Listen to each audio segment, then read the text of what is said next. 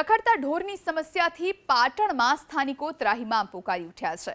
પારેવા circle, bus stand road, Bagwada Darwaja, railway station road પર રખડતા ઢોરનો અડીંગો જોવા મળ્યો, જેને લઈ સ્થાનિકોએ વારંવાર પ્રશાસનને રજૂઆત કરી, તેમ છતાં કોઈ કાર્યવાહી ન કરવામાં આવી હોવાનો સ્થાનિકોએ દાવો કર્યો। જે બાદ સ્થાનિકોએ આ મુદ્દે કોંગ્રેસના ધારાસભ્ય કિરીટ પટેલને રજૂઆત કરી તો ધારાસભ્ય કિરીટ પટેલે હાંસાપુર વિસ્તારમાં રાત્રે ઢોર પકડવાનું અભિયાન શરૂ કર્યું। કેટલાક લોકો અને ધારાસભ્યએ હાથમાં દંડા લઈ શ્લોક, એપોલો 1 સહિત 5 સોસાયટીમાં રખડતા ઢોર પકડવાની કામગીરી કરી। આ તરફ ચીફ ઓફિસરે દાવો કર્યો કે છેલ્લા 1 વર્ષમાં 900થી વધુ રખડતા ઢોરને પકડવામાં આવ્યા।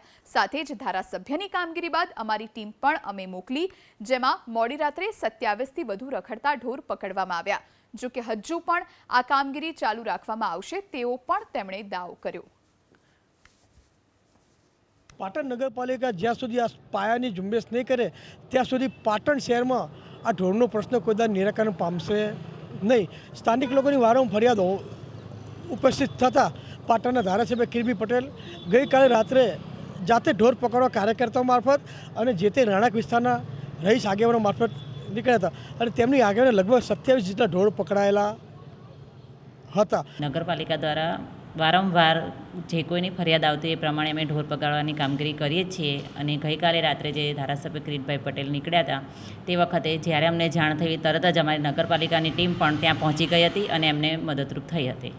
નગરપાલિકા દ્વારા કાર્યવાહી કરવામાં આવે છે અને ગયા વર્ષે 900 ઉપરાંત ઢોર પકડી અને નજીકની પાંજરાપોળમાં મોકલવામાં આવ્યો હતો અને જે માલિકો છોડાવ્યા એના વિરુદ્ધ અત્યાર સુધીમાં 32 જેટલી પોલીસ ફરિયાદ થઈ છે અને જે લોકો છોડાઈ ગયા છે એનો 8.5 લાખ જેવો દંડ પણ નગરપાલિકામાં ભરાયો છે।